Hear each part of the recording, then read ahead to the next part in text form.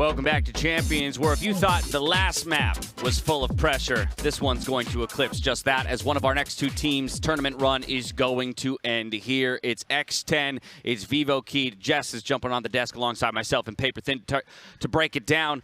And let's start out on the Vivo Key side, because I think in a lot of ways this team has surprised us here at Champions. Yes, there was the issue with the replay on the Breeze map, but in so many ways they pushed the team that just secured a 1 seed into the playoffs to the limit themselves. I don't care about the replay at this point because that doesn't tell the full story here for the Vivo Key roster. If you watched any of the other rounds outside of whatever that controversy was, you can be rest assured that this roster is ready to play. And I'm telling you what, this region is full of gunners. It's full of players who know exactly how to use their utility. I have been heavily surprised by what they brought to the tournament thus far. They're really, really, really good. I mean, bringing MW Zera here, he has been a huge bolster to this already talented roster. I mean, heat is heat is heat, and what can you say more about him other than he is absolutely cracked and just one of the best players we have at this tournament. So these guys looking really, really strong. They seem really, really good on Breeze and some other maps. So today's going to be a really difficult challenge for X10. MW0, that unknown quantity, right, coming into this tournament, and how well he has kind of rounded out the squad. And, of course, that is right behind the superstar in Heat. You already said his name at least 7 times. I'll say it a few more times. Heat, heat, heat, heat, heat. This guy is phenomenal. Unbelievable kind of stuff that we're seeing from Heat. And the reason that you bring a player like this up on your screen every single day, day after day, is because it's not just necessarily the fact that he's the space maker for the team, but he's consistently the one that puts up the kind of flashy plays. He's the one that is able to make it work for his team. And when I say it like that, I mean a player who's putting up incredible stats consistently. I like to point out flashy players. I know you do as well, Paper Thin. Oh, yeah. But when he can do it consistently, that's when I pay attention.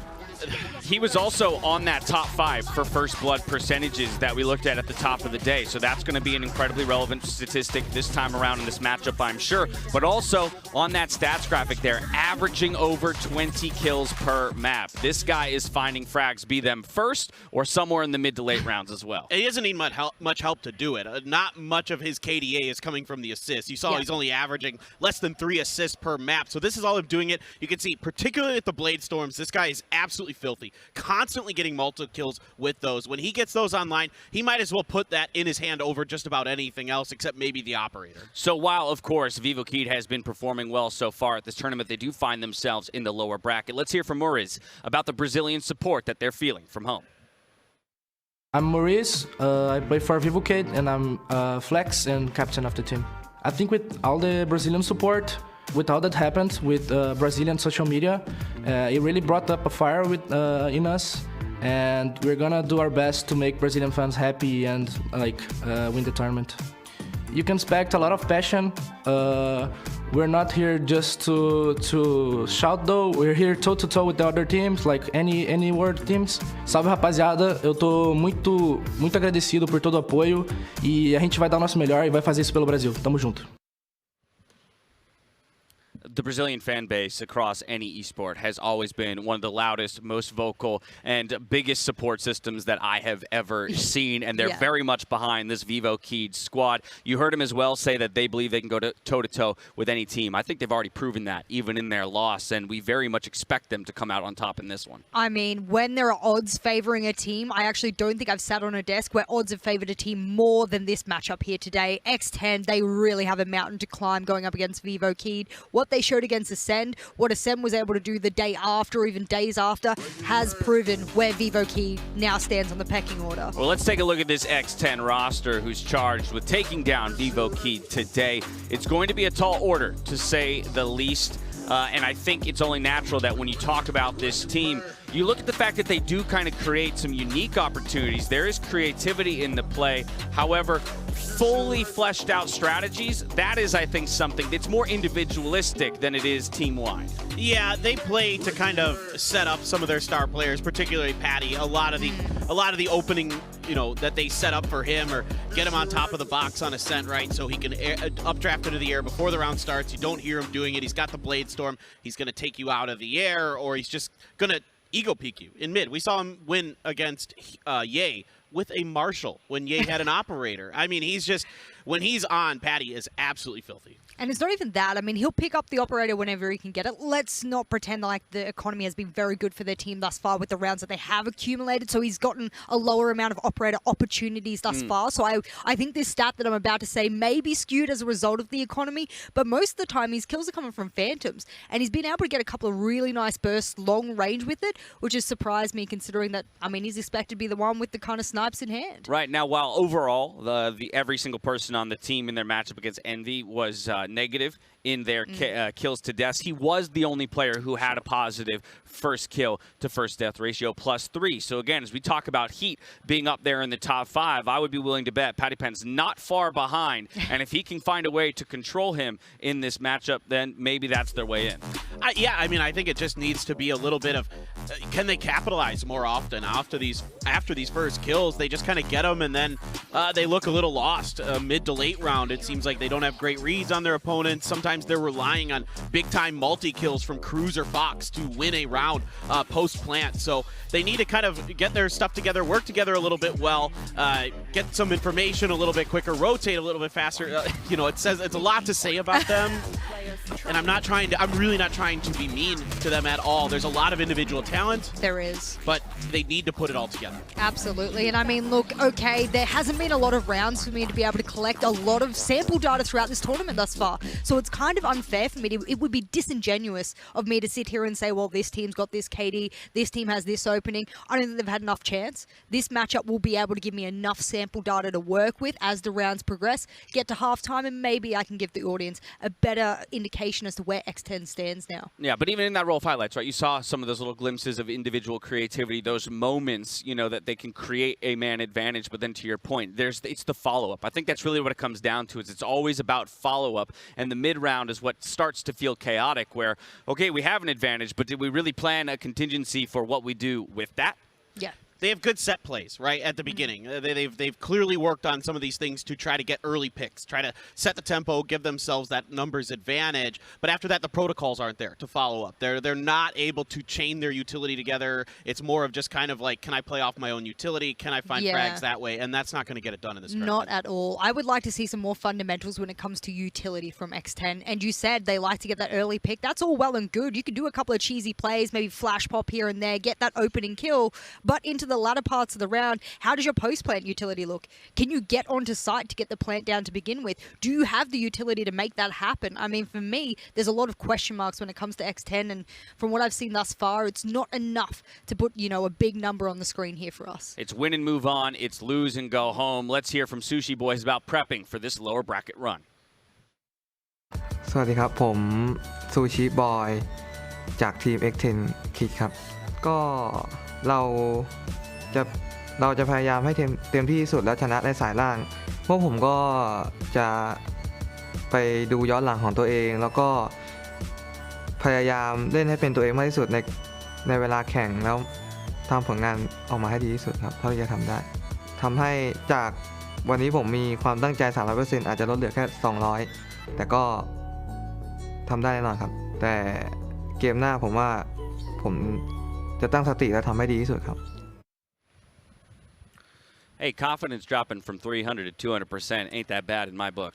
But I think confidence is going to be a necessary element to their success here on the stage. And actually, the other thing that really speaks to me in that interview is the fact that he mentioned watching their own replays and focusing on their own gameplay. There wasn't so much focus on Vivo Keed and the opponents. It's more about shoring up those things that we've exactly talked about. Exactly. It's the protocols and the other things like that that need to come through first and foremost. That's the foundation, right, Jess, before they can really accomplish anything further. Yeah, I mean, you got to look at what your win conditions are thus far. What have we been winning off of? Is that enough? Where are our weaknesses in those win conditions? Is it post-plant wins? Is it eliminations before plant? If we're strong at that, how about we focus on maybe a post-plant situation? Is our utility lacking? What is our damage per map kind of thing going on in our assists here? Those are things you can look at tangibly as a player with your coaching staff and go, there's our weakness. Let's work on it today. All right, we've set the table. We're going to head to a quick break. When we come back, we'll talk maps, and then we'll start looking at agents. We'll catch you here for this elimination match in just a few minutes.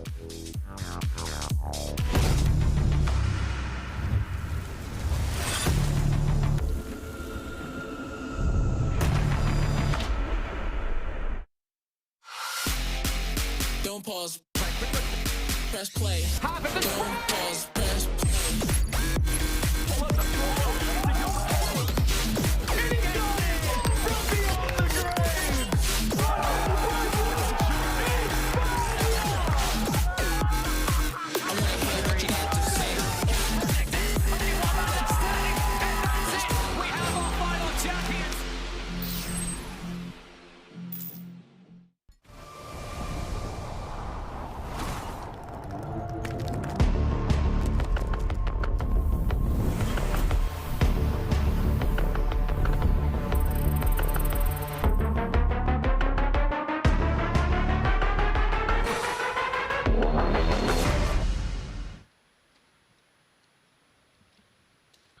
Welcome back to Champions for X10 versus Vivo Key to continue to set the table for the lower bracket run. And X10 as a squad, let's head over to Fox to meet the team.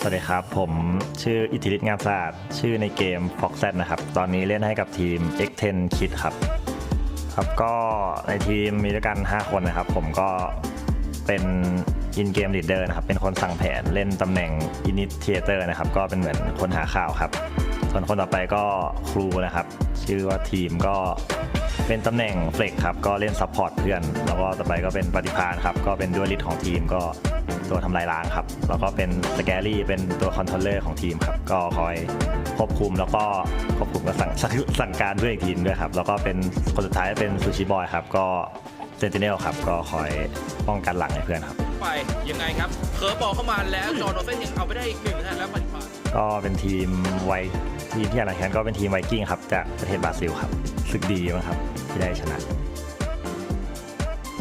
รู้สึกดีครับแล้วก็กดดันเพราะว่าเราต้องมาโชว์ศักยภาพของโซนเราครับแล้วก็ของประเทศเราด้วยครับฝากติดตามเชียร์ทีม X10 ด้วยครับผมก็จะทำให้เต็มที่สุดก็หวังว่าจะเอาแชมป์กลับไปฝากทุกคนครับ Representing their country of Thailand and their region as a whole, you can definitely see that they are feeling the pressure to a degree to perform and show what their region is capable of. IGL himself, that's where I'm very curious to see what, if anything, he's identified as a weakness in Vivo Kid's play. Because, yes, they are the underdogs in this situation, but if they've reviewed the tape and they think they found something, that alone could be the opening as well. I mean, I was sitting in makeup earlier on and I had the X10 boys filing in one by one, and they were all having so much fun. They were speaking about the hair. They were vibing together really well. It's that mentality that comes naturally to the APAC teams as a whole that I've known throughout my entire life. But not only that, is that if you come into a game of elimination, I don't want to see you sitting in the chair really scared out of your mind. They're there. They're obviously having a good time. Mentalities of a high. Now it's the fundamentals to look forward to. And if the IGL's done a bit of that, well, they're in good stead. Yeah, and Patty is just so much a part of that. I mean, we talked about it all the way back to Reykjavik, the fun at which he walks onto the stage, right? Just kind of the way he's able to change an atmosphere. And I, too, have experienced the makeup rooms where he comes busting through the doors and the energy of that room, and it changes as well. So you're going to hope that he can bring something like that out on the stage today. And at the same time, get it done in his featured matchup against Heat. We're going to keep putting the focus on the duelists for a very specific reason, because I do think it's going to have to start with this battle between these two if X10's going to find a way to upset Vivo Key. Yeah, I mean, you can see here that Heat's got a much higher headshot percentage, and a lot of that is just those Blade Storm, clicking, those left clicks that he can land so nicely. But Patty, again, it's a lot of setting him up for plays, so him creating his own plays sometimes. He really, a lot of this team kind of goes with him. Although we did see some really nice stuff from Fox. Again, Fox and Cruz. Cruz, especially on Ascent, was really good on the KO. So, but for Patty, I mean, he's got to bring the fire for this team, in game and out of game, right? He's got to be the one not leading the way in terms of like a typical leader, but just being the tip of the spear. And it looks like Patty might have a little bit of an edge when it comes to those first kills. That is those initial engagements to make the space. Yes, that's also where he performs best, is on the attacking side. So that's the expectation of his role. If you're wondering, for the duelist side on attack, they're the space makers. They're the players you're looking for to make the space. Whereas Heat, especially out of his KD, it looks like he does a little bit better mid to late round. It's the same as what we said about CNED. Mid to late round is his bread and butter. So both of these players are similar, very similar in ACS, one away, but they play a little differently when it comes to the rounds. Yeah, if one of those guys starts finding the shots, hone in on their player cams. Take a look at how they, are both reacting with their teammates, but also across the stage. I feel like Heat sometimes gives off the most intimidating shouts across the stage, just with the pure energy that he can feel in those moments. But as we narrow in towards the series, I want to start talking maps. That's what I promised the viewers we would do. So where, again, do you want to see each of these teams go to find their best look? I mean, long-range maps for me is where I look for Vivo Keyed. Breeze, Icebox, maybe even Bind. I know they don't like it, but, something like this, I think they have a pretty good shot. That's really give Heat the ability to do what he does best, and that's utilize his long-range abilities, just kind of shut people down where they just don't have any kind of recourse against you. Patty's pretty good at that, of course, as well, but I think, like you were saying, mid to late round, Heat really starts to take over. I know when we're looking at the statistics of both teams, we have to be conscious of the fact that this is region-specific. When I'm going back in their statistics and I'm saying, well, yeah, X10, they love Ascent. They also like Split, but that's in their region. And that might not fare very well against the international stage upon which we have. So yes, Ascent is technically X10's best map, but they obviously went up against their previous opponent, got smashed on it. So where does that really put their map pool at the moment? How does it fare on an international stage? Not very well, but I can say that they're comfortable on both Split and Ascent, and if they get taken out, they're going to struggle. Long maps is a big call-out for me. Icebox specifically, that's where they found their win against Ascend in their first series, so you definitely look for them to keep that map alive in the map pool. In terms of bans, though, as well, you calling out for X10, Ascent is one of their favorites, and yes, even though they fell down on it, it's always a question. 4 squads, so for the side of Vivo Key, do you ban out your own worst or your opponent's best?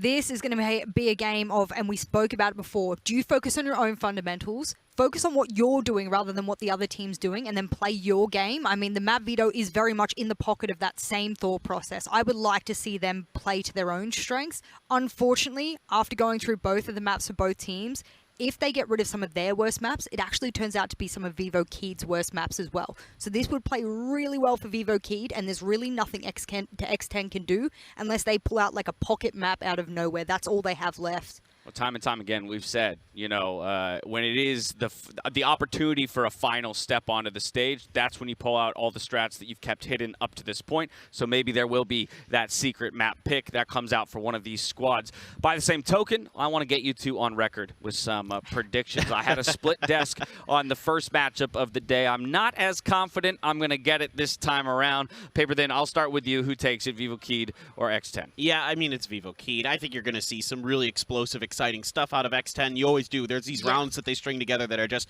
jaw-dropping. But X10, they just don't have the long-term strategies that you need to be successful.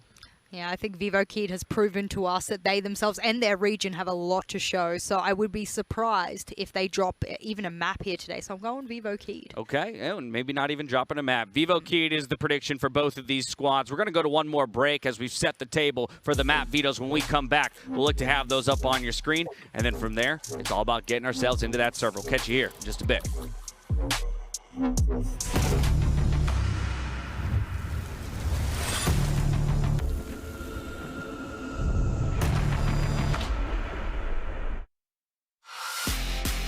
Don't pause. Press play. Don't pause. Press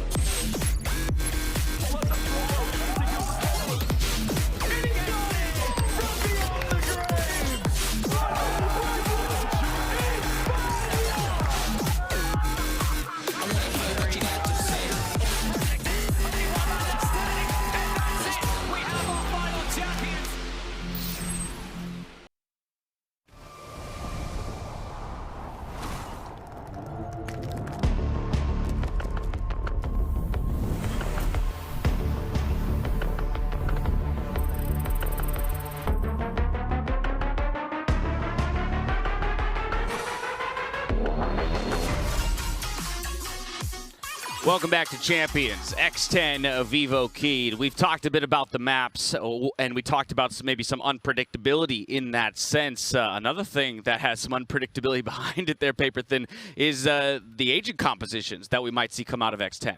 Yeah, they looked pretty stock standard against Envy. There wasn't anything super unusual. The real question is a lot of times Sushi Boys had taken over that duelist role for them while Patty Pan was recovering from his injury. So now that he's back, what is this going to look like? I mean, last time they played Icebox, they ran a triple duelist. They ran Reyna, Raze, Jet. So, I mean, I don't know what to expect out of them. We'll have plenty more time to discuss possible compositions that come out of both of these squads, but they're ready to hit the stage. So let's get out there and meet our teams.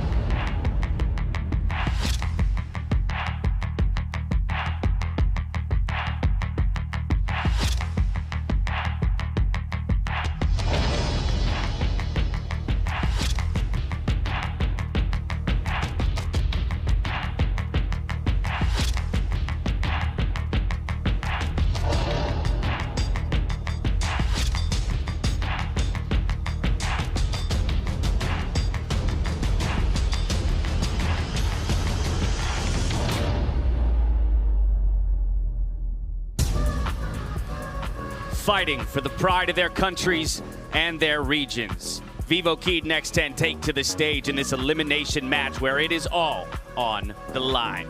We talked about that unpredictability for X10. I want to continue that conversation here because I think it is going to be one of the few ways that they can find a way to throw Vivo Keyed off kilter. I mean, if you want to throw Vivo Keyed off kilter, I mean, the last couple of compositions we've even seen on Icebox, for example, they run a Yoru for it. I know no one runs Yoru anymore, but even to the point we know Cruz also takes KO. There's so many different agents we could see in the pool, and okay, is this...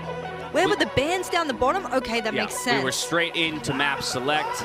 We've got Fracture and Split banned out, as well as Bind and Ascent. Actually, those were the first two. So Icebox will be the first map that we go to. There is so much noise on the stage behind me. I am living for this They energy. were fired up before the walkout. I could hear them in the back hallways. Yeah, I mean, I'm excited for this. My God, yes. And also those map bans, I sort of prefaced it a little bit before. I said some of the bad maps for X10 also just conversely happened to be bad for Vivo Keyed. And guess what? X10 had to play into that. They had to get rid of that bad maps. And Vivo Keyed goes, thank you very much. You've taken the bans we might have been able to take. And now we get freebies. And that's why we got Icebox. Yeah, it's an easy Ascent ban, right? Like, there's no way you're not banning Ascent against this team. And then from there, it's a big question mark. I don't think that X10 wants to play Fracture. I have severe doubts that they are ready for it, really. And then, yeah, the whole pool, you're absolutely right, Jess. It just opens up. Map 1, Icebox, Vivo's pick. You asked for those long maps. They deliver. Let's take a look at the comps. Let's go, we are getting double duelist on the side of X10. It'll be Patty on that Reyna. Sushi Boys gets a duelist for himself in the Jet. I'm loving this. I'm really living for this. On the side of X10, double duelist, this is what we want. Of course, I've seen Cruz on multiple different agents throughout multiplicity of different maps. I don't think he'll struggle. I mean, I think he embodies what flexibility means and to be a flex player, so he's got that under lock.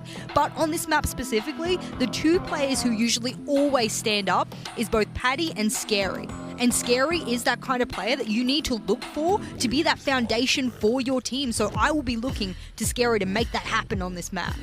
I'm really looking at Patty on the Reyna here. I mean, we've seen some really impressive Reyna performances. It's kind of been like she had fallen out of the meta a little bit recently, and then all of a sudden, you know, people are coming back with her, particularly Scream is the first one I think of coming back with this Reyna. A really disruptive agent, really caused a lot of problems with those dismisses and devours. If you could trade with it, that's going to fall very well into Patty Pan's lap. I'm with you when I look at it from the X10 perspective. Here's my concern. This isn't a surprise or anything new for Vivo Keyed. Vivo Keyed played against a double duelist with Arena to take down, ascend on this map. So Yeah. I don't think they're going to have too much trouble with what that double duelist brings. Oh my god, I don't even really know how to analyze it other than the fact that even if you hadn't have given me the agents, I would have been convinced that Icebox would have been a Vivo keyed map to begin with. I don't care if you threw a double duelist, I don't care if you had a Killjoy in the mix or whatnot. I really don't think it would have disrupted Vivo Keyed's plan to begin with, because when we asked X10 to be the team to play their own game, Vivo Keyed is the one that's already in the driver's seat doing that thus far. I'm just reliving some of those statistics too from the last matchup. Heat, 50% headshot percentage on the map. I remember that. On the map, my God. 50% headshot percentage. If he's finding things like that, it is done and dusted. We're going to have to find out if he's on fire today. Mitch and Tom are the guys on the call. Let's hand it over to them to get into this elimination series. Thank you very much, Dash. Yeah, elimination time once again. I feel like this is something that we're going to have to learn to deal with because it's now back-to-back days in a row. Obviously, we unfortunately had to say goodbye to Furia just yesterday, and now getting into our second elimination match. Where do you think this is going? Oh, listen, don't throw me under the bus like that. I can't believe you've done that to me. I gotta say, Vivo take it across the line. They really impressed me with their play the other day. I think this is a team that has a lot of potential. We've talked about them in that regard for a long, long time, but now we're starting to see them actually reach some of that potential and bring it to the server. It's exactly what we want. They're warmed up. They're ready to go. That said, X10 haven't exactly had an easy road here, right? Their opening game was tough, so you can't really just look at how they played that and write them off for this series. Well, I think that's the big thing. I saw a lot of stuff from X10 this time around that I didn't see in previous tournaments, and I'm actually looking forward to seeing them play against, I don't want to say a lesser opponent because Vivo Kid have looked very good, but an opponent that isn't the second place team of the last Masters event. Exactly, right? Both of these teams have had a tough time opening it up, and now they'll face off against each other. We are here on Icebox to really dish out the damage. X10 on this defensive side being challenged towards B in the early round. A lot of utility coming their way. Vivo Kid definitely want to take it there. They're full committing, man. Look at that full defensive setup with the Killjoy utility covering the back, and then they're gonna rush in here. The problem is, rotates have come in. This is the heavily defended side due to that early aggression that was spotted by X10. Already, Cross will come through from Heat, the man known for trying to take that extra little bit of space, and we will now see the almost counter, that retake wall being put into position from the defenders, just to try and make things that little bit more awkward, at least for the moment. The fact is, though, there isn't actually anybody looking on the flank. They are just consistently waiting for them to try and push into this site. That was a good reveal as well. It showed that there's two players there, meaning X10 are confident to still maintain this heavier stack onto the B side. 3 players looking to fight, and honestly, you're going to probably be content enough to spam through walls and look for a retake if you can find a kill or two on this crossover. Heat dishes a good bit of damage out. He takes some of his own along the way. Looks like the spike will be planted, though, and Vivo get to play. Oh, they almost lost 2 players, but they'll end up getting out of here in a 5v5. Yeah, Joe takes a nasty tag, but there's been a response on the other side. Both teams in somewhat an even scenario. The problem is, one of them has the spike down, and Muriz, we know how good he's been in these pistol rounds, already managing to pop the head of the first player. A little bit of damage coming back onto Joe, but they need to get a move on. They need to try and do some damage, and Sushi Boy just comes up big. It's left on to just one player, MW0, the clutch king, but he can't do anything to kick this one off. It's Foxes to get himself a triple to close the round, and X10, that was a decent retake. Yeah, that was fantastic. I mean, they get in there convincingly, and you gotta say, Foxes is definitely the player that led the charge on that one. A lightning fast round from them, and it started off well with that kill coming in from Yuri's, but the response was just way too quick from Sushi Boy, and obviously, Foxes closing it out. Overall, that's exactly how you want to start out Icebox. If you're coming in as X10, you don't want to allow VK to have that early momentum, and you're probably not looking at a force buy coming into this round, although Heat does still have that Marshall, and he has been one of the more impressive Jet players when it comes to using those scoped weapons in this tournament.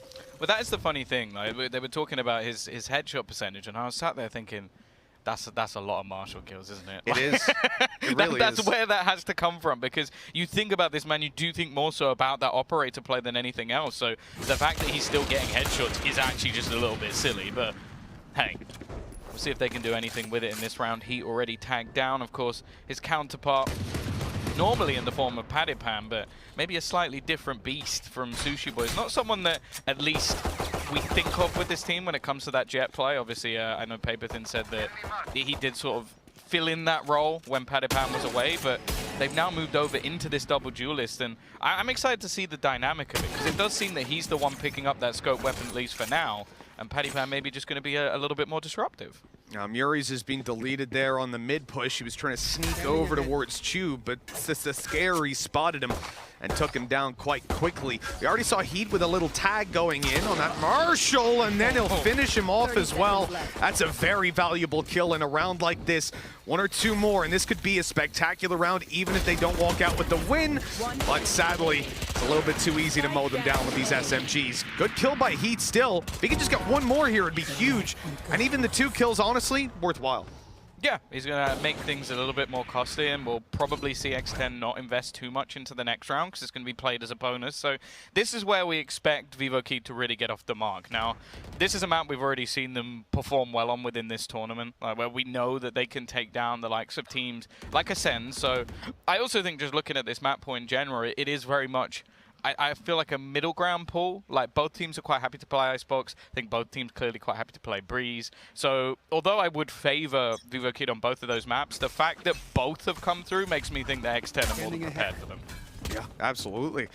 We'll see if that preparation's going to pay off as they move on forward. A rifle for Foxy Zed, the boy. I mean, he can do a bit of damage with that. They've got quite a bit of extra cash as well, so it makes sense to go for it now and try to at least win some of these duels. But it's actually the Marshall that opens things up with damage onto Heat. Low HP on Joe as well. You got to be real careful right now if you're Vivo Keyed.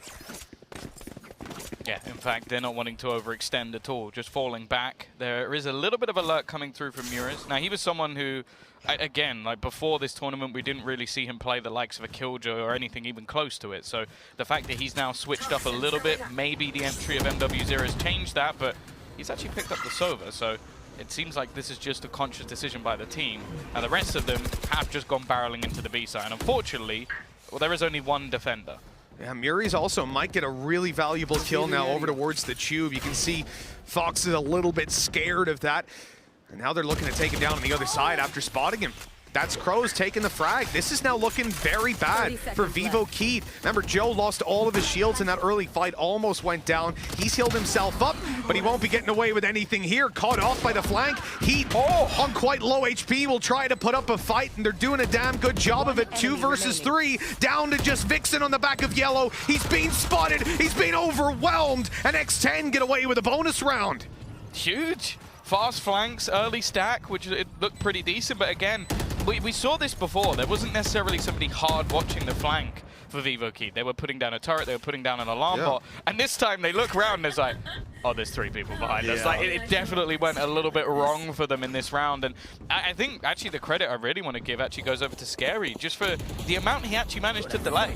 Like, they could have easily had quite a lot of time on the clock if he didn't have that Poison Orb / Snakebite combo to at least slow them down a little bit. And they had plenty of time when they came back around, so huge round for X10 to win. And well, I think anybody that looking at this match and going, this is just going to be very easy for Vivo Key, might have had a bit of a nasty shock. Yeah, absolutely. I like what you brought up earlier on as well, the fact that, you know, X10, they've had a lot of good stuff, and you were telling me after that day as well that you were impressed by them.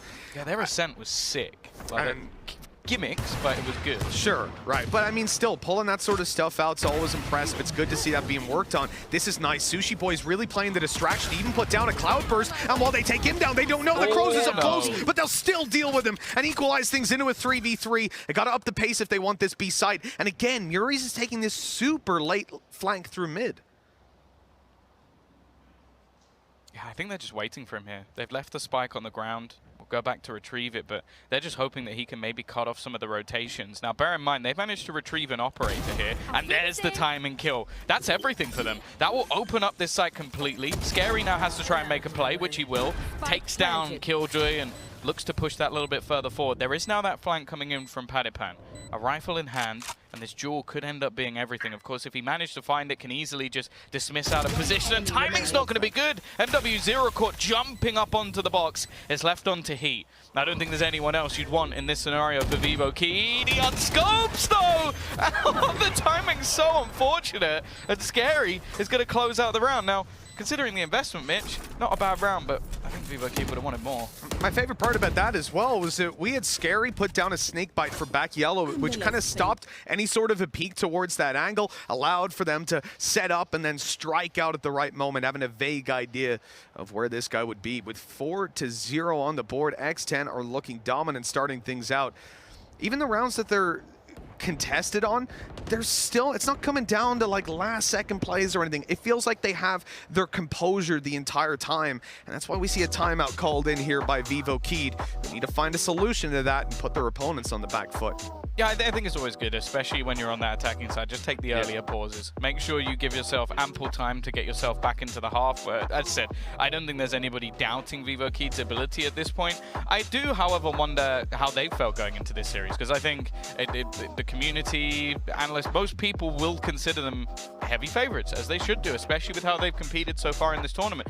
Now, if they thought the same thing, that's where I actually worry for them a little bit, because I don't think that X10 are just going to be a walkover. I think, as said, already in the early rounds, they've proven that, and even in the game versus Envy, even though the scoreline was 13-8, 13-7, there were moments where they forced Envy to adapt. Yeah. And I don't think that, especially, as said, the Masters Berlin finalists, if you're forcing them to adapt, then I have good feelings about how you're going to do it this tournament.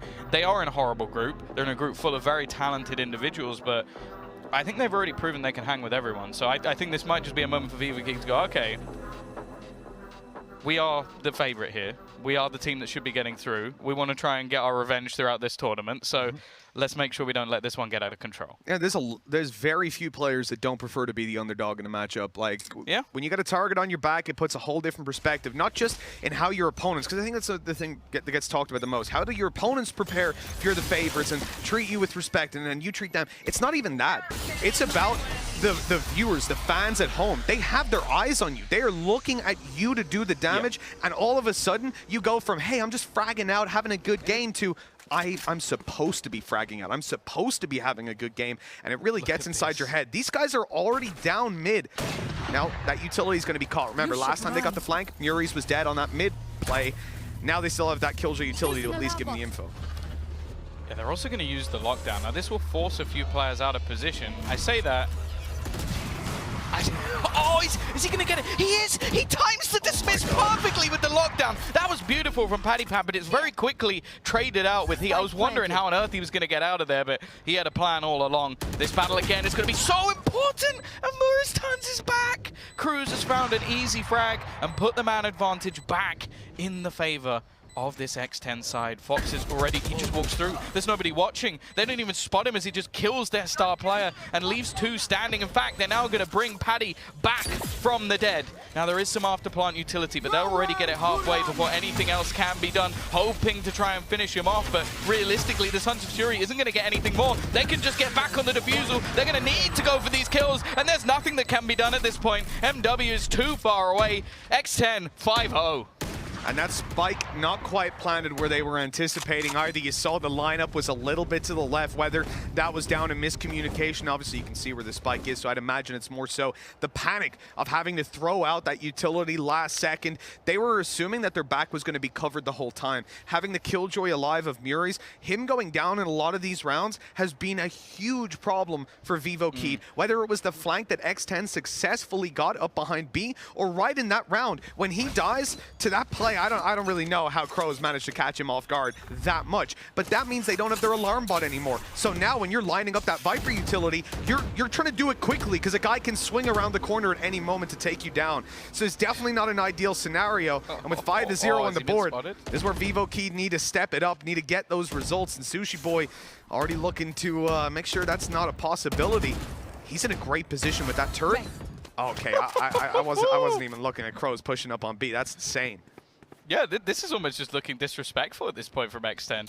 They push through the Poison Orb, they push deep, they put down what looked like a fake wall to actually walk past it, and they're fighting so aggressively! They don't expect him to be here! He can kill off all the players, including the res! Foxes to just slam them into the ground, leaving just 2 players remaining. But one of them is MW0. He's already brought this one back. The spray is risky because there could be another player to peek, and Paddy has done just that. Caught him on the corner, leaves it onto just one, and Foxy 4 kills in the round. A beautiful setup from X10, but again, Vivo Keto being really aggressively pushed back. Yeah, that's the thing, man. Looking at that round right there, hell, it caught me off guard how aggressive they are, and I can see the minimap. These guys are suffocating them, giving them literally no space. Even after those initial duels, they're not falling back. They're not playing scared. This is, in fact, X10 coming in. Maybe a little bit of that underdog mentality. Once they clock up these rounds, they go, screw it, boys. Let's bring the fight to them. Let's make sure they're on the back foot. And what a better time to do it than right after they've called an attack pause. They've got themselves structured up. They come into a buy round. They're like, all right, here's our moment, guys. And they barely get out of spawn. Oh. Like, they're so aggressive. You are not safe. No matter where you are on this map, the defenders can be up in your face, but so can the attackers. Already pulling it into a 4 versus 3, and Muriz is gonna get away with that. All right, okay. Okay, there was actually a couple. I think Vixen ends up getting that kill. Yep. That wasn't even Muriz who takes the fight. This round definitely wasn't the one we were expecting Vivo Keed to take, but they've got themselves in a very good position. I think he's already spotted Cruz looking to wrap around. He's actually going to go over the top. This could be a free kill, especially because he can just float his way down behind him. Almost gets a little bit awkward, but they will close it out. Vivo Keed, this is the sort of explosive start that we love to see from them. A fast-paced push. This time X10 are the ones that are caught, and they get their first round. This is something for Vivo Keed now. Having one around like that, it's almost what we talked about the other day, Tom. Winning out the clutches, the way it fires you up. Well, they come in here, and the whole round is a clutch. You come in with these weaker weapons, your economy's down in the dirt, you lose the opening duel to that aggressive op, and you still slap back into it. That is where they're going to be feeling really good. But they still haven't found a solution, from what we've seen, to these buy rounds. This is going to be a very different approach from them overall. We'll see if X10 can regain control. It seems like Sushi Boys is not changing up his mentality whatsoever. Now he's got to be very careful because there is a drone coming around the corner in just a second, and one of the trades this time go firmly in. Well, they did for a second. They did go firmly in favor of the attackers, but it didn't last long. Paddy's going to be spotted though. It's all in every single round from X10. Just battling, brawling on all sides of the map, and this time it seems like Vivo Keed have found a response. Cruz, 1 versus 3. Doesn't look too likely. No, he's not in the best position at all, and those taps are really not landing for him. My God. Shock darts coming his way and everything. This round is mostly just going to be a ride-off from this point forward, but they got plenty of cash after those rounds. Maybe he's feeling a little bit confident, wants to get in the highlight reel. But he won't. Not this time around. That's going to be 2 for Vivo Keed. And I got to say, at this point, I expect X10 to really tame themselves on that aggression. I don't expect to see a lot more of it because, sure, it worked, and then they went all in on it, and it really caught Vivo Keed off guard. But at this point, we're starting to see things go the other way around in these aggressive peaks. That's what you want them to think. So then you keep pushing because they'll never expect it again. Yeah, just give them as many rounds as possible, right? Let them have like a 7-round lead and then just come back into it. That's the way to go. You already got 6 rounds on the defensive side. So what more could you need? Yeah. It's actually going to be a timeout. And again, I like this coming out from X10. Just give yourselves enough space again where you've been dominating this half. Take a bit of time, just almost even just calm yourself a little bit. And I honestly wouldn't mind if they were continuing to be aggressive, because I think there is a genuine point now, as you said, like most teams in this scenario will go, okay, our crazy aggressive style worked for a long time, but comparatively to how it would work, I think, against a lot of teams, that's not something that Vivo Keed were expecting. Well, you've now taken a pause. You've gone, okay, what can we do instead? I think the last thing on Vivo Keed's mind would be that you keep doing exactly what you've been doing. Sure. At the same time, though, coming into this round with Vivo Keed consistently experiencing aggression, I think it just has to be the case that you sit back and wait for it. You hold for aggression to come through in your defaults, because coming out of this pause, it's unpredictable what your opponents are going to do. So you've got to play the slow game and let that. I'm just seeing 4 people on A. Yeah. Don't know if they're going to tame that aggression just yet. I honestly, if you play 4A and you're playing passive, I think you're mad. And look at where they are. They're about to dash straight across the ropes. I love this team. I love it. I'm really enjoying this. It's going to be an explosive round, that's for sure. Vivo Keed, actually, I think they want to go up top with MW Zera. Are they going to do the thing where you wall underneath and you can jump up, or are they just going to run? Because we've seen that quite a few times where teams just use the wall to get themselves up and then go for the kills. Instead, no, they're just having a layered defense on A, maybe expecting the Vivo Kid are going to lean into this site, as a lot of teams will do. They've left Scary alone on B. I'm intrigued. Vivo Kid are doing exactly what I wanted to see from them, just holding that default. They're thinking, all right, X10 are definitely trying something different after that pause. You know this team. You know the situation they're in. You just got to wait and see what it is. And with that recon, they know there's a player pushed up on A. They'll suspect that there's some control being taken there. But I don't know if you'll quite expect there to be this many players around. Now, they have given up full control of mid. At the moment, you pretty much just have Scary as a sitting duck. They can come behind him in through tube. He's not really in the best of spots. No, and he's basically just put all of his utility down to allow him to escape. Now they're going to spot MW0, and they're actually just going to look to try and push him down, hunting him. 3 players pushing in on that flank, and Paddy's going to find the kill. Now with a weaker weapon, this gives them a chance at an upgrade, and now they can just look to play the retake. It was never really just an attempt to get aggressive. It was an attempt to pick someone off, and now go for a retake play.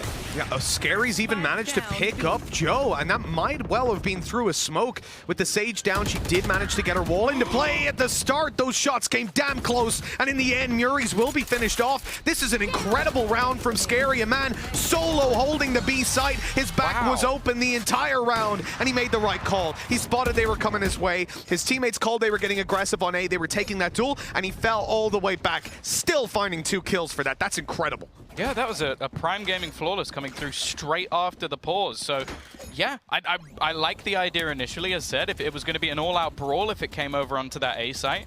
And then on B, well, I don't know if you could rely on this every single time, but Scary, that was an incredible hold from him, finding 2 players, I believe, spraying through the Viper's pit, denying the plant, I think, twice.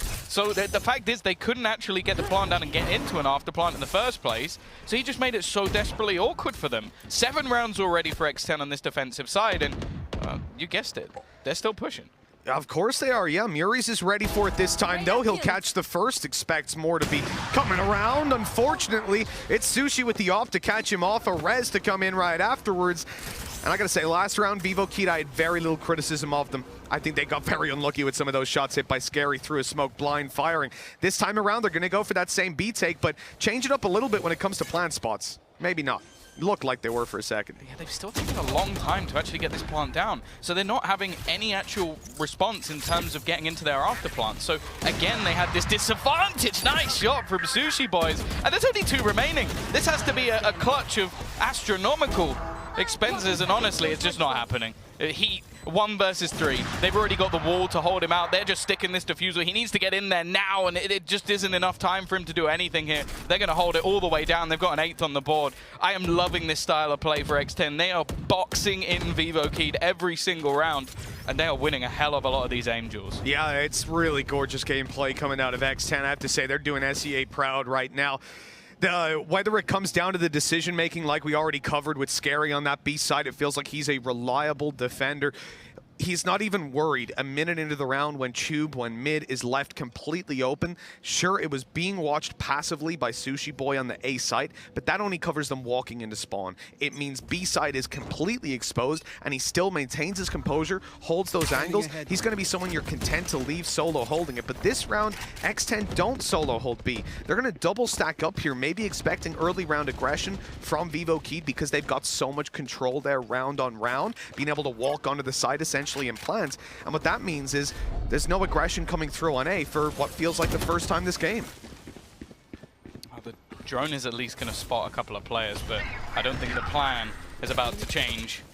You heard Paddy pop the Empress, so a real chance for him to just take battles and opt to escape. They've got to be careful. His reaction's just about quick enough. Foxy is a madman. Almost gets caught on the rope. He's going to swing instead, but it's only going to be a trade. Still, though, there's a couple of members remaining. He will just dash out a spot, but in the meantime, Paddy has caught another. Mura is being rezzed up. At least gives a man advantage back, but this is a fallback. They do have to be careful, though, because Jet is already on the other side of the map. Yeah, actually, Sushi Boy's moving around to now cover their cross back over, so Vivo Kid are going to find it hard to get to B or to sell the fake information that they want. They want X10 to think that they're rotating around, that they'll leave the A site and start to retake B. But instead, they're sitting here as they hear the turret. They know that there's at least one player still by. And with that turret going down, you know it's going to be an A hit most likely. Patty good for the first. He falls back, moves around the side. The Lear in play. He's repositioning yet again, but cut off by a great angle from Heat. Still, Sushi Boys. Oh, he's actually going to pick him off. A first one goes his way. Now, he is tagged at least a half HP.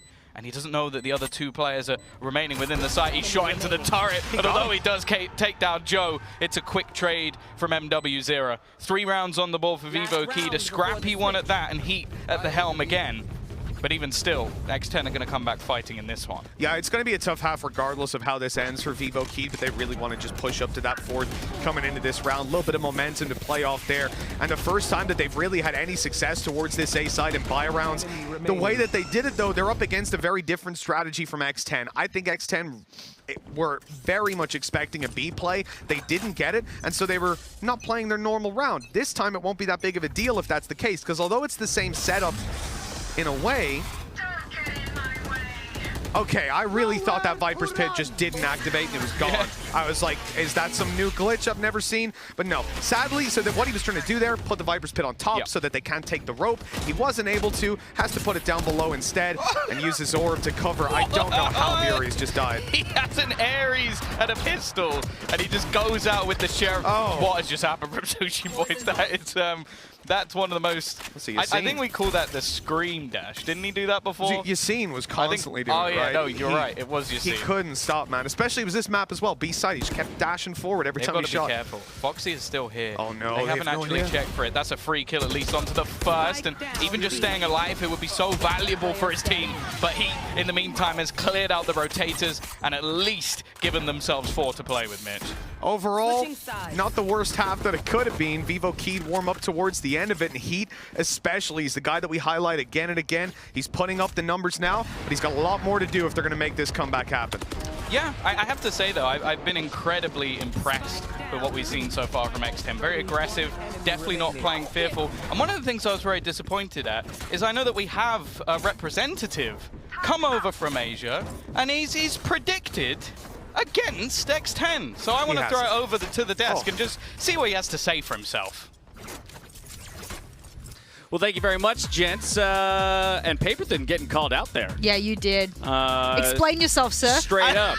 Explain yourself. Yeah. I don't know. How did you not see this coming? How can you? This is incredible stuff. I mean, but this is what X10 does when they do well, is they come at you and they come out guns blazing. They're all over the map. They're doing wildly different stuff round to round. I'm loving it. I'm absolutely loving it. Don't get me wrong. I'm completely different looking team here, X10 in the first half of Icebox. I mean, at some point, you have to ask yourself as a team, and this is Vivo Kid here, whether or not the defenders who are already in your spawn in the first 45 seconds, I don't just mean 1, I don't just mean 2, there's at least 3 or 4 of them in your spawn, and you are just working out what you have to do. That is not something you're used to. This is not a fundamental gameplay that we're seeing here from X10, and as a result, if it's a bit unorthodox, why not slap back with your own unorthodox plays? Here's what we got to call out.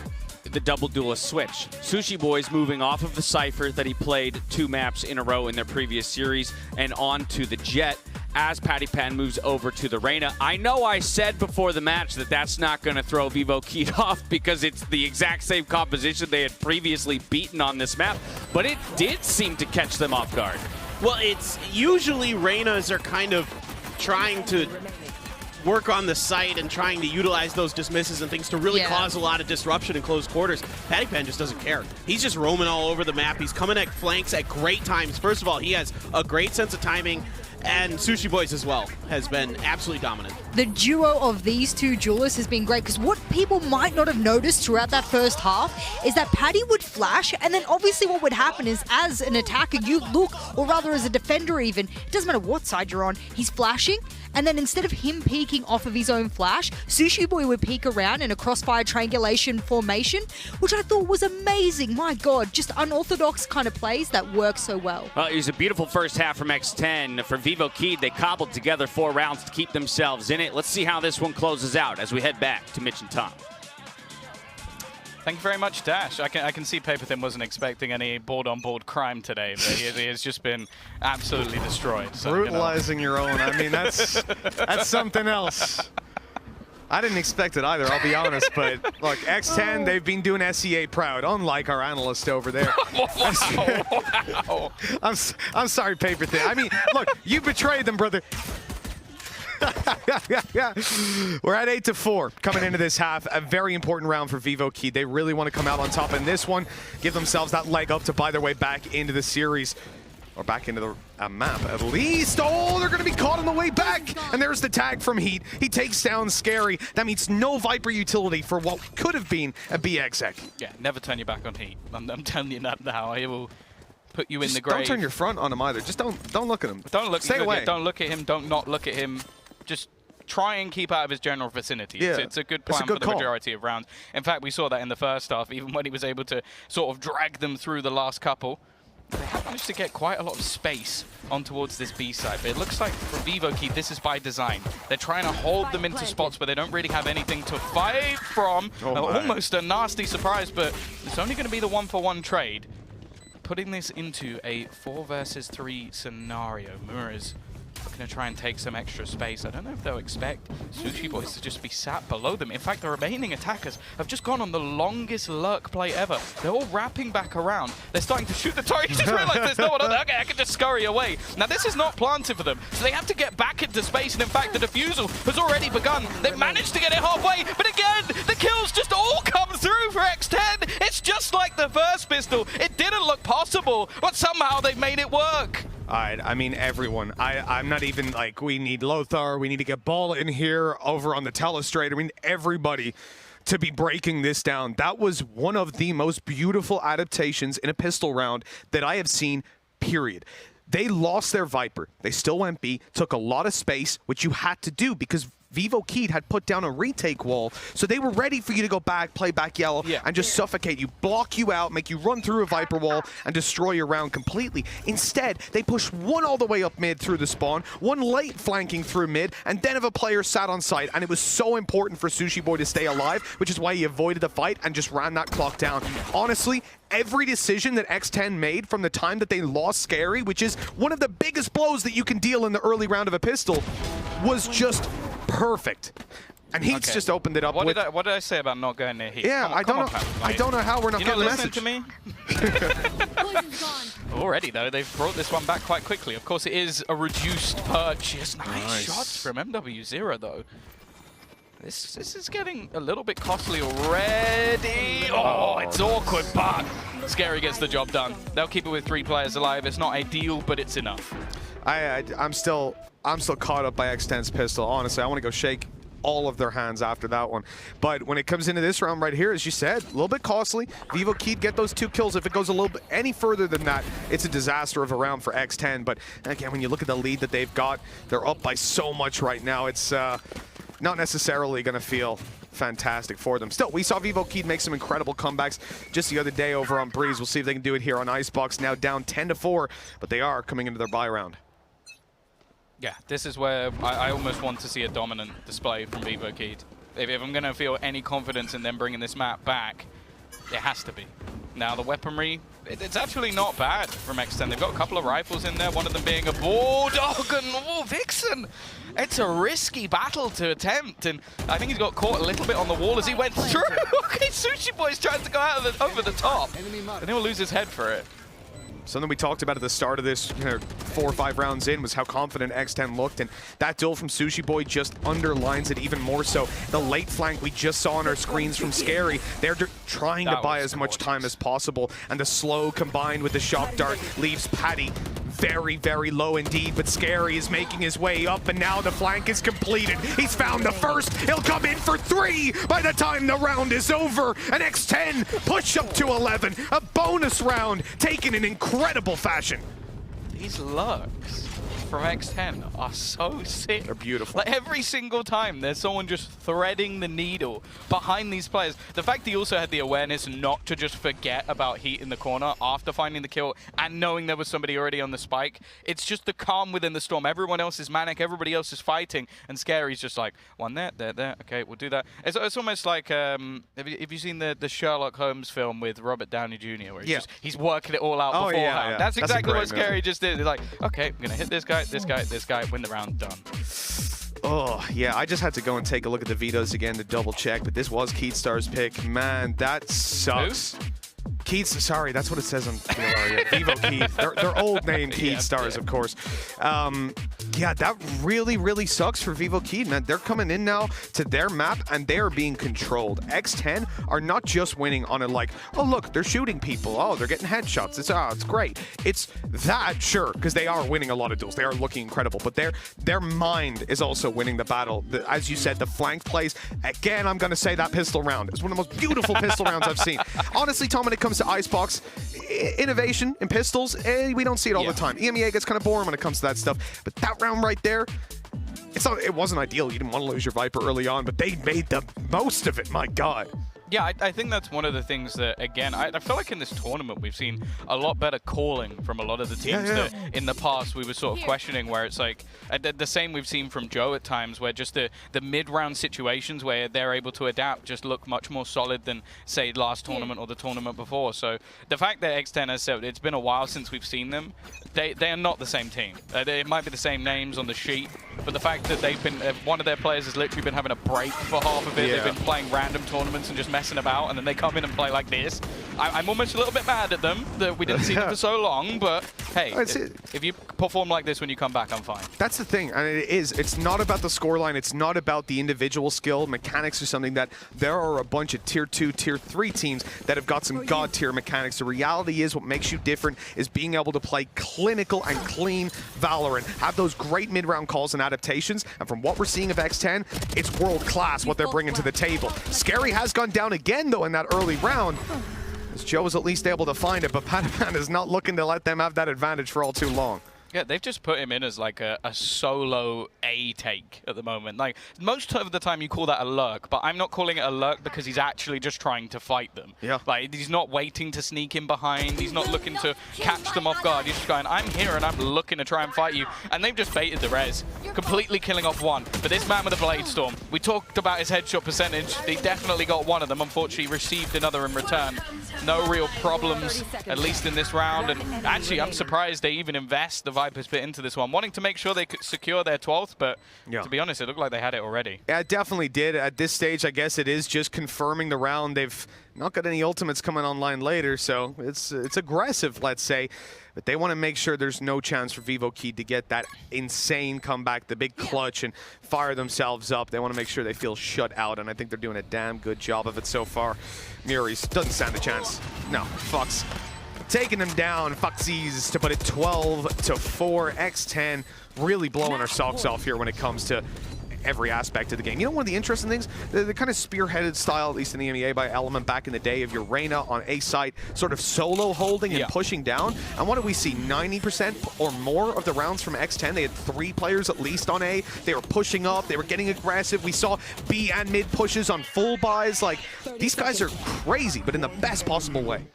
Yeah, it's like they're trying to play almost out of the box. And I think it's evident from the side of Vivo Key that they're just not very good at like working out what's currently happening on the other side. So nice shot from Sushi Boys again. Now they're going to get the res almost instantly. He's hunting for this. The headshot actually not connected. So he will be allowed to escape at least for the moment. And again, he's the one factor that really has still been popping. It's so aggressive. Well, I mean, you call that so aggressive. We did just watch the whole half from X10, but it hasn't worked out for him any of these times. And exactly, that's the thing, right? And with Patty taking that kill, he's healed back up. He's ready to fight. Heat is holding the cross. Good opening shot, and he'll even get away. Well, maybe not with the second. Vixen does help. But it is, at the end of the day, the advantage well and truly in their favor, leaving Patapan to try and recover the 1v4. He's hearing a lot of steps around him, but I don't think he's long for this world. He'll at least get the first, but the spike can now be defused. And with Patty dead, even more so. A 5th found for Vivo Keyed at long last, but as we said, it's a long, long road before they get to even an overtime. Yeah, I do feel like a lot of what we're seeing at the moment is just like Heat being able to drag them through a few. Like, look at the scoreboard, Mitch. Yeah, no, it's Just, insane. Like, that's actually ludicrous. The first player on your team with 22 kills and the second with 9. Like, normally I don't like to just point out stats because I think that many times they don't tell the story of the game. Sure. But on their side, it really does tell the story of the game. 100%, yeah. It's difficult in a game like this as well, where a lot of it, like, it feels like X10 are winning the strategic game. They've got a very, very good set plan when it comes to every round. Their adaptations are on point. They're reading the info of what Vivo Keyed are doing. On top of that, you know, that's the tactical aspect Vivo Keyed need to improve on, but then it comes to the duels, and Heat's been on fire. He has just missed the opening shot here, and other than him, we haven't really had a hero to step up, but this time around, Joe's going to pick up a double. That mid flank completely destroyed. Yeah, they managed to catch off at least a couple of the players. They've got to be careful here. He went up above at least for a second, but they haven't cleared this properly. They've given that extra space to Heat to just shine, and he's just looking to survive, but he gets taken down. And Sushi Boys actually pops the Blade Storm. He believes he can clutch this out. I think Vivo Keyed are not going to allow this to go much further. 6 on the board, halfway there, but still a very long road for the Brazilians. I like watching those little moments from Heat, you know. It's very easy to look at someone holding an angle with an AWP and getting a kill. You kind of understand why he gets it, right? Oh, look, he hit the shot, good reactions. But it's the decision-making when that sort of stuff gets challenged that I love. And right there, off-screen, you're seeing him. He takes the shot with the AWP only when he's close enough that he can fade into his opponent's cloud burst and then come out the other side. Sure, he doesn't end up winning it, but he did get a second shot off. He gave himself more opportunities. That's always fun to watch, those sort of micro plays. Oh, there is still a purchase. It hasn't reduced the economy of X10 to ashes just yet. In fact, they've still got themselves a Hunter's Fury. Now, there is a lockdown on the other side, but obviously they kind of counter each other. So I think it's almost going to become a game of chicken unless there's an opportunity for one of the teams to actually win the round off the ult. This time, though, it's looking far more basic, and Vixen again. He's just been taken out. They don't have the res this time to even bring him back, so that's so much space just garnered by the attack inside. An afterplant guaranteed. And now, well, it is going to come down to that retake. And as said, this lockdown, somewhat worthless at the moment. Yeah, they're going to put it down anyways, see what it can do, but all it's going to do is get that Hunter's Fury activated and firing in. Look for another tag onto one of these players as well as they come on through. I think it's found it, actually. Joe down to 70 health and no shields to play with anymore. He's going to heal himself up, so that's that burned up. In fact, I think NW Zera might have even gotten hit as well, and they haven't spotted the Crows towards the backside. A nice double kill to open things up for X10, and even with that wall going up, there are plenty of players to deal with it. Joe falls, so does Heat, and so do Vivo Keyed. 13-6. X10 have done a phenomenal job on their opponent's map pick. You could have easily been fooled by watching this team play against Envy, but there were aspects of what they showed that gave us at least a little bit of faith, and they've come in here and made a statement. A lot of people looked at this map, especially going into Icebox, and said, you know what, this has Vivo Keyed written all over it. Well, a 13-6 coming through for X10. They're now one map away for eliminating Vivo Keyed. Yeah, this is an absolutely huge series for them as well. If they can manage to get that win at Champions, you just know it would mean so much to them and propel them forward to potentially take that playoff spot. This has been an incredible map to watch overall, I have to say. Yeah, I'm pretty sure as well last time they went very close when facing off against Vikings, but never managed to get it over the line. So it's definitely not that sort of revenge story, but it is still maybe a little bit coming home from them to just almost like, okay, we can prove that we can fight, we can prove we can play. Because as said, that first matchup, one of the toughest in the entire tournament. So I don't know. I think that they've already proven that this is game on, and now they go on to their own choice, which I still think is going to be a close map. Sure.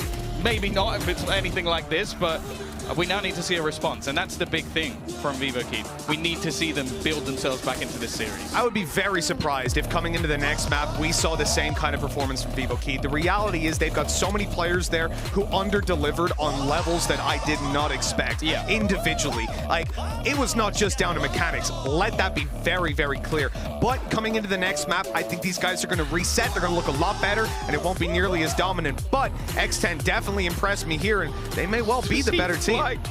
Was he flying across the rope? Yeah, he was spraying away, flying on the rope. I didn't quite notice that. Well, they've definitely done things in style here, Mitch. You know, I've definitely enjoyed the way that this one has gone. So the question is, do you believe it's a 2-up?